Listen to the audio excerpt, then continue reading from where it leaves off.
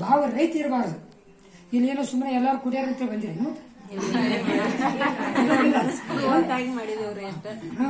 ಭಾವ ಸಹಿತ. ಮತ್ತ ಯಾವ್ದು ಯಾಚನೆ ಮಾಡಬಾರ್ದು, ಯಾವ್ದು ಯಾಚನೆ ಮಾಡಂಗಿಲ್ಲ. ನಿನ್ನ ಕರ್ತವ್ಯ ನೀ ಮಾಡ್ಬೇಕು, ಮಾಡ್ಬಾರ್ದ.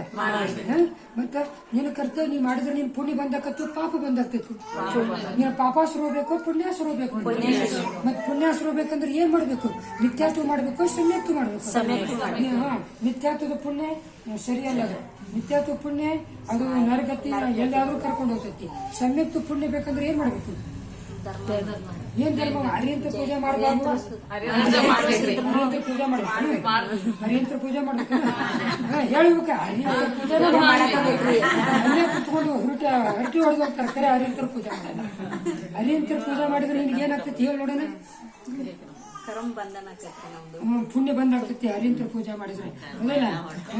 ಅದಕ್ಕೆ ಎಲ್ಲಾರು ಅಧರ್ಮ ಮಾಡಬಾರ್ದು. ನಿಮ್ಮ ಊರಿಗೆ ಬಂದೇನಪ್ಪ ಅಂದ್ರೆ ಎಲ್ಲಾರು ಖುಷಿಯಾಗಿ ಬರ್ಬೇಕು, ಇನ್ನು ದುಃಖಿಯಾಗಿ ಬರ್ಬೇಕು. ಏನು ಖುಷಿ ಐತಿ ಮುಖದ ಖುಷಿ ಐತಿ, ಮುಖ ಖುಷಿ ಐತಿ. ಖುಷಿಯಾಗಿರ್ಬೇಕು. ಅದನ್ನೇನಪ್ಪ ಖುಷಿಯಾಗಿದ್ರೆ ಏನಾಗ್ತೈತಿ?